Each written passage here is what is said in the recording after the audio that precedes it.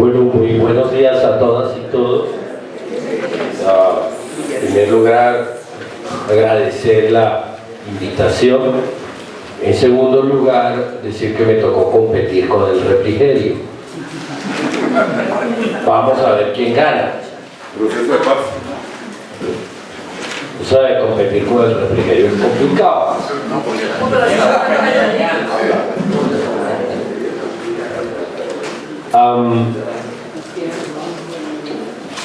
Yo voy a dividir mi presentación en tres partes. La primera, lo que representa para el conjunto de la sociedad el que haya una negociación para el fin del conflicto armado. Dos, lo que eso puede significar para el movimiento social y de manera particular para el sindicalismo y para el magisterio.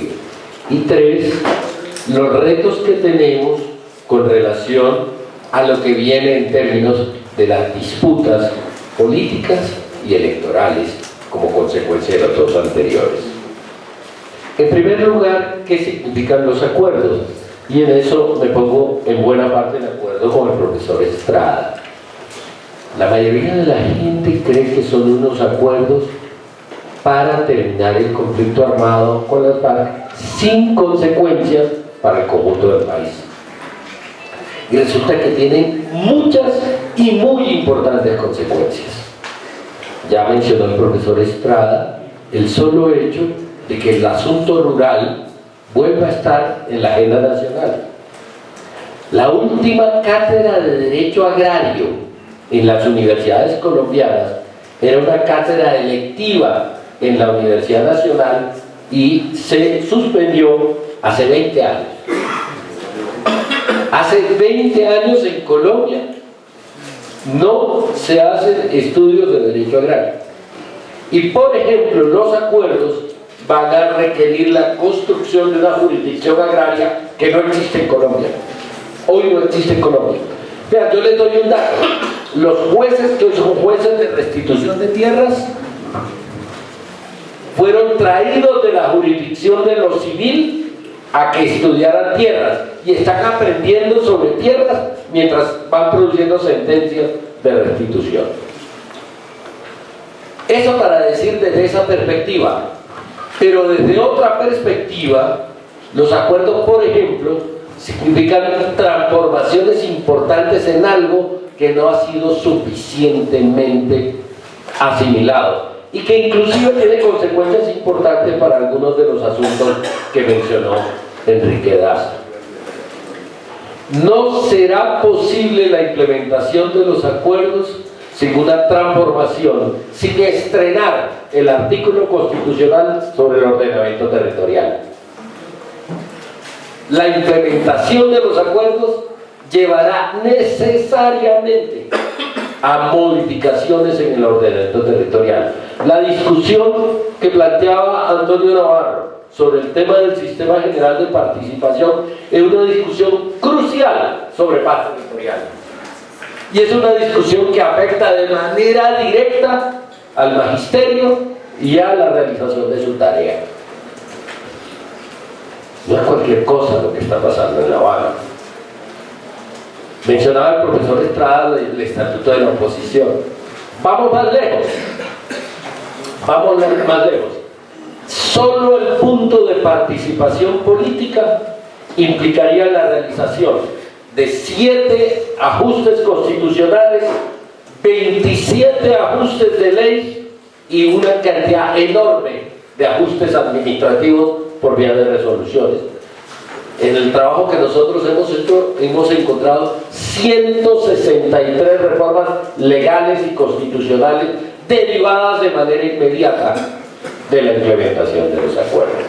Es decir, aquí lo que vamos a encontrarnos es una muy importante transformación de la arquitectura institucional, muy importante transformación de la arquitectura institucional y de las capacidades, ¿cierto?, para hacer posible las transformaciones democráticas que los acuerdos contienen. Y en ese sentido los acuerdos han avanzado de manera muy significativa en lo que nosotros llamamos la ruta jurídica para la paz. Y en ese sentido les digo, quienes estudiamos procesos de paz en diferentes partes del mundo, incluyendo los que están contenidos en el estudio de la Universidad de Notre Dame, que lidera Jean-Paul Dederach, que tiene 34 acuerdos, no hay uno solo que tenga la cantidad de innovaciones jurídicas, institucionales, que tiene el acuerdo de paz en La Habana. Más aún, yo podría reclamar el título de contorsionistas jurídicos máximos para el acuerdo especial, para el blindaje jurídico. Utilizaron la más sofisticada artillería jurídica que se ha utilizado en el país recientemente para blindar jurídicamente los acuerdos. Entonces, la ruta jurídica está despejada. La ruta legislativa está despejada. Yo no tengo ninguna duda de que el artículo transitorio que ya se empezó a discutir ayer va a pasar en el Congreso.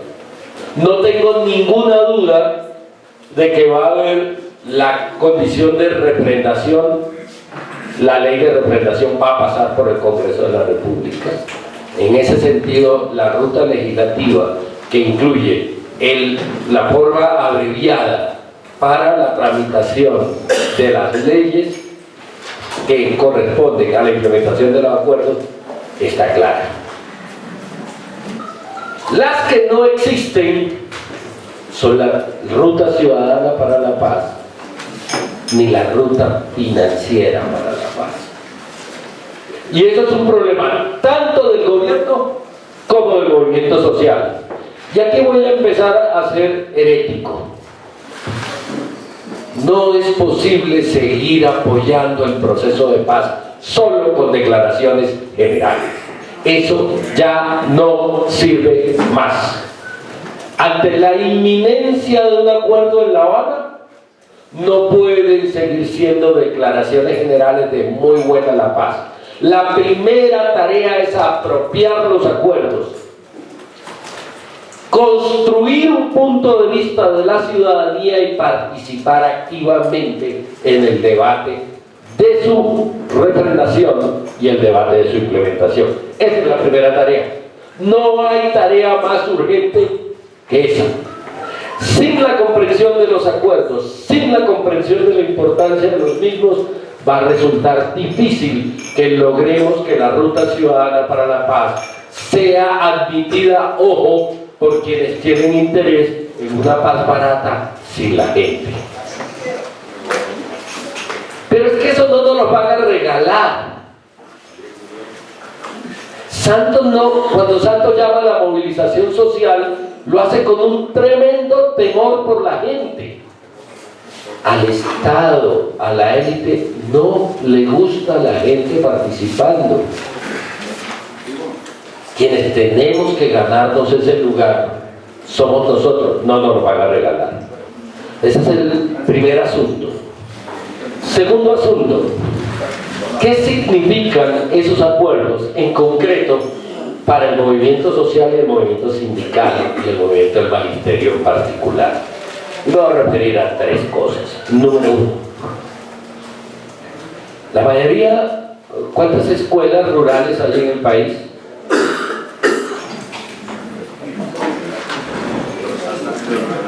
¿Cuántos? 30. Unas 30.000. ¿Ustedes sabían que de esas 30.000 hay cerca de 4.800 que no tienen energía eléctrica?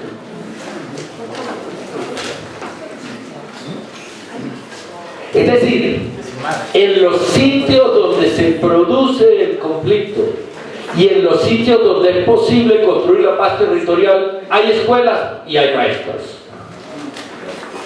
Y no podrán hacer esa construcción sin las escuelas y sin los maestros. Ahí cobra la mayor importancia la tesis de FECODE de las escuelas como territorios de paz. Pero eso hay que darle contenidos en relación con la coyuntura.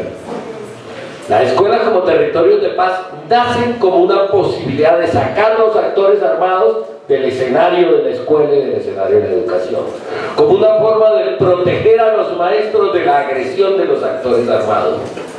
Hoy ya tienen que tener un significado distinto. Las escuelas como territorio de paz, como lugares privilegiados para la construcción de la paz territorial. Hay una primera consecuencia. Segunda consecuencia, doctor Marco Raúl, bienvenido. Hay una segunda consecuencia muy importante, sumamente importante. Los acuerdos no solamente implican la construcción de paz territorial en esa dimensión, y hay un lugar fundamental para la escuela, sino que además consideran de manera explícita, y ahí el magisterio tiene una tarea fundamental, que el gran proyecto cultural y político que se deriva de los acuerdos es la construcción de paz. Por primera vez en décadas vamos a tener un proyecto de nación no ligado al conflicto, no ligado a la guerra, sino la posibilidad de un proyecto de nación construido desde la lógica de la paz y de la convivencia. ¿A qué buscan en general en las veredas cuando hay conflictos entre padres de familia? ¿Quién es el consejero espiritual en general en esos casos? Los curas ya no van a las veredas, allá van los pastores. Los curas ya no van a las veredas, pero los maestros están ahí. Tienen un lugar fundamental en este proyecto cultural y político de la convivencia. Tercero, en una agenda del posacuerdo, los acuerdos contemplan la extensión de la protección laboral al campo. Y cuando hablamos de extensión de la protección laboral, no hablamos solamente de los derechos de los jornaleros. En términos generales, siempre serán las mejores las condiciones para el ejercicio de la labor en las ciudades que en los territorios rurales. O sea, la extensión del tema de la protección al campo involucra también el mejoramiento significativo de las condiciones para el ejercicio de la labor docente en el campo. Ese es uno de los significados de las escuelas como territorios de paz. No puede haber escuelas como territorios de paz sin lugares para la recreación, sin implementos para el desarrollo de la tarea educativa, sin una actividad frenética de formación y acompañamiento a los maestros de carácter rural. Eso forma parte de las escuelas como territorios de paz. Y eso necesariamente es billete. Eso no se hace con buenas intenciones. Eso es con billete, con voluntad política, con políticas, con instituciones. A eso estamos llamados. Ahora, eso que lo vemos desde la perspectiva de la positividad del fin del conflicto y la implementación de los acuerdos en lógica de transformación, tiene fuerzas que compiten de diversas maneras para esa apropiación o para la oposición. La mayor parte, en los cálculos que se hacen normalmente sobre implementación de acuerdos, vienen más o menos con las siguientes temporalidades. Y les pido que hagamos un esfuerzo y nos situemos en el 1 de enero de 2017. Tal como van las cosas, 1 de enero de 2017 debería estar muy adelantada la dejación de armas. Debería haber refrendación, y ahora me voy a referir muy brevemente al camino de la refrendación, y debería las FARC estar, ojo, las FARC no van a empezar a hacer política, van a dejar las armas para seguir haciendo política. La vaina de que, no, que en colegio empezaron a hacer política armada, no, eso es lo que ha hecho la FARC. Todos estos 50 años llevan haciendo política armada. Lo que van a hacer es sacar las armas de la política, no dejar la política. Y eso es clave. Para el 1 de enero vamos a estar así. ¿Qué empieza a pasar el 1 de enero? El 1 de enero de 2017 no solo pasa eso, sino que empieza la campaña electoral para la elección de Congreso. Y es ese Congreso el que va a desarrollar en los próximos años las más importantes transformaciones normativas para la implementación de los acuerdos. Es decir, o el próximo Congreso es el Congreso de la Paz, o el próximo Congreso es una vaca muerta en el camino de la paz.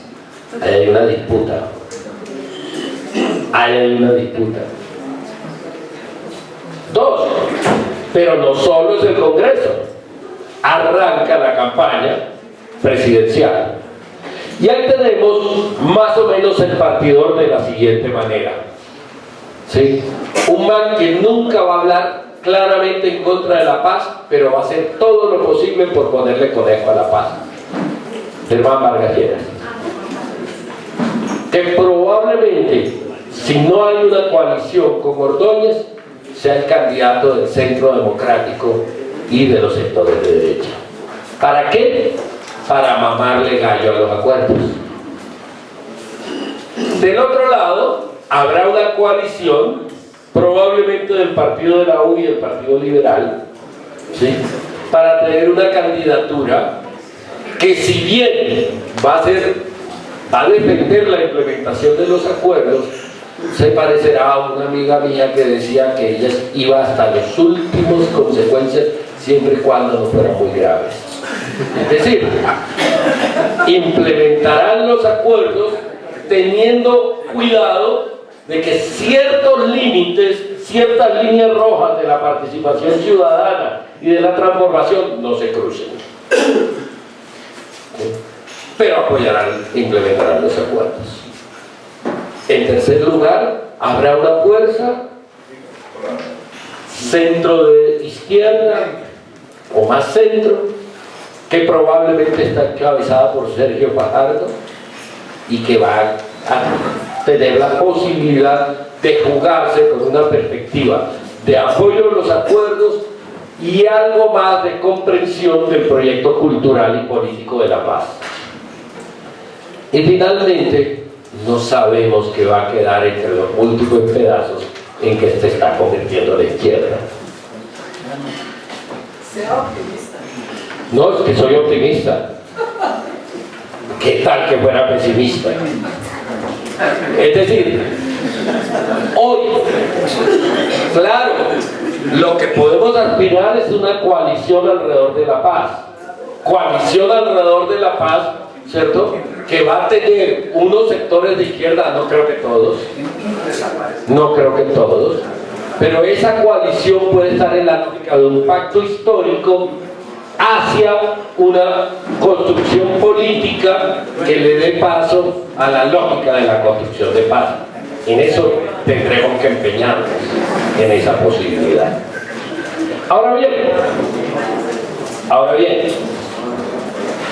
¿y cómo van los maestros ahí? ¿Y qué les pasa? ¿Y a qué juegan? Tres cosas sobre eso. Primero, el magisterio colombiano no ha hecho la gran investigación, el gran trabajo que tiene que hacer de la construcción, de la memoria y de la identificación del daño que el conflicto armado le ha producido al magisterio, tanto en personas como en organizaciones. Hay una gran tarea del magisterio, la tarea de la construcción de la memoria y de la identificación del daño que el conflicto armado ha producido al magisterio. Primer gran reto.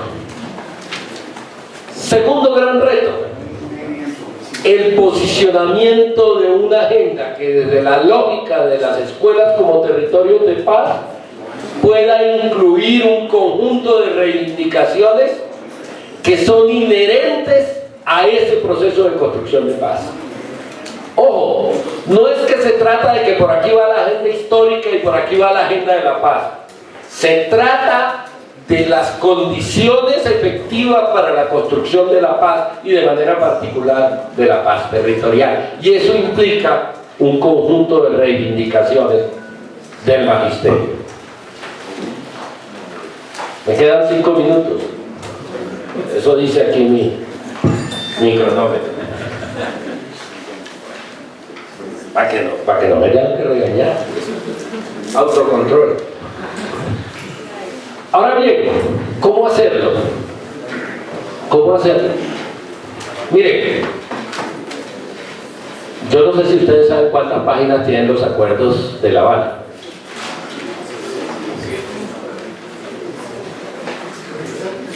Yo les sugiero a todos los que tengan interés, traten de leerlos, efectivamente, traten de leerlos. Vale la pena, pero no son fáciles.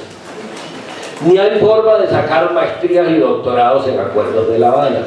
Ustedes no tienen tiempo para eso, ustedes son dirigentes sindicales. Pero sí tienen tiempo y posibilidades de hacer activismo pedagógico. Y para eso no hay que tener maestría ni doctorado en acuerdos de La Habana. Para eso lo que hay que tener, y ustedes lo tienen, uno, público propio. Ustedes tienen público propio. A ustedes les escuchan. ¿Quiénes?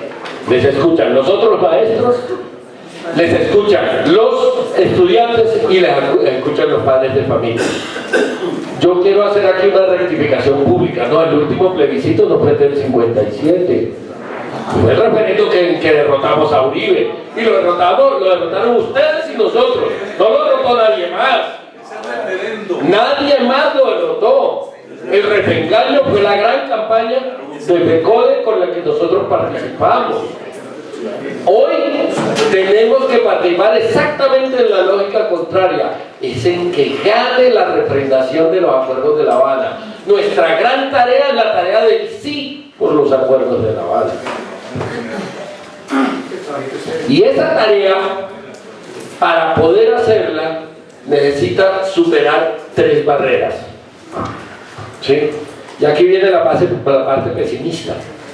En La Habana están sentados, de un lado, un man en que no creemos, Santos, y del otro lado, unos manes en que la mayoría del pueblo colombiano no cree. Durante 50 años nos dijeron, esos manes que hasta ahora están ahí sentados son unos asesinos, narcotraficantes, terroristas, reclutadores de niños, desplazadores forzados, abortistas, etcétera, etcétera, etcétera. La mayoría de los padres de familia que trabajan con los que usted trabaja tienen esa noción de las FARC y no pueden entender que esos manes vayan al Congreso, aunque el Congreso sea la institución más desprestigiada del país. Ni para eso los quieren. Eso es muy complicado. Es muy complicado. Y del otro lado está un man que vende Isagen, que hace todas las cosas que dice Enrique Daza. ¿Cómo carajo vendemos eso? Y la única forma de venderlo es si no vendemos ni a las FARC ni a Santos, sino vendemos lo que significa para el pueblo colombiano la terminación del conflicto. La oportunidad de apertura democrática que da eso y la posibilidad de participación ciudadana que se abre con la finalización del conflicto. O sea, la finalización del conflicto no es un punto de llegada, es una oportunidad para la democracia y es una oportunidad para el trámite de reivindicaciones sin la amenaza de las balas de un lado o de otro. Ahora, como lo hemos hablado con varios de ustedes, ¿cierto? Para hacer eso se necesitan herramientas. Esa vaina no se puede hacer solo a punta de lengua, aunque es muy importante que este país pase de las balas a la lengua, pero solo a punta de lengua no se puede hacer. Nosotros hemos iniciado una campaña de movilización social para la comprensión de los acuerdos y para la movilización hacia el respaldo a su implementación. Aquí hay uno de los elementos, de los productos de esa campaña de movilización social es esta cartilla, Conversar para comprender los acuerdos de La Habana. Esta tiene una mirada sobre todos los acuerdos, pero hay una cartilla, una metodología, unos videos, unos audios, unas cuñas de cada uno de los acuerdos. ¿Sí? Esta propuesta es una propuesta para que haya instrumentos para esa apropiación pedagógica, y desde esa apropiación pedagógica el desarrollo de la gran movilización para la comprensión y la representación, con metodologías que pueden usar con los padres de familias, con metodologías que pueden usar con los niños o con los adolescentes. Es decir, hay toda una estrategia pedagógica para que se puedan comprender los acuerdos y esa movilización nos sirva para montarnos en la lógica transformadora que significa la implementación de los mismos. Ahora ustedes dirán, ajá, ¿y estos manes quiénes son para ir a proponer pedagogía si somos nosotros los maestros para proponer pedagogía? ¿Ya? Somos otros maestros desde otros lugares que hemos estado haciendo este ejercicio en los últimos 26 años, cuando todavía Tarcisio tenía algunas hebras negras en la cabeza. Desde esa época estamos haciendo y lo hicimos alrededor del proceso constituyente, y nosotros y nosotras entendemos que hoy nos encontramos en condiciones similares en términos de la oportunidad de un proyecto político y cultural para la paz, similares a las que había cuando la Constitución de 1991. Así es que a trabajar por el sí, desde lo que más hacen los maestros, desde la construcción de argumentos, desde la racionalidad, pero también del sentimiento. O sea, al proceso de paz hay que montarse con la cabeza, con el corazón y con el estómago. Gracias.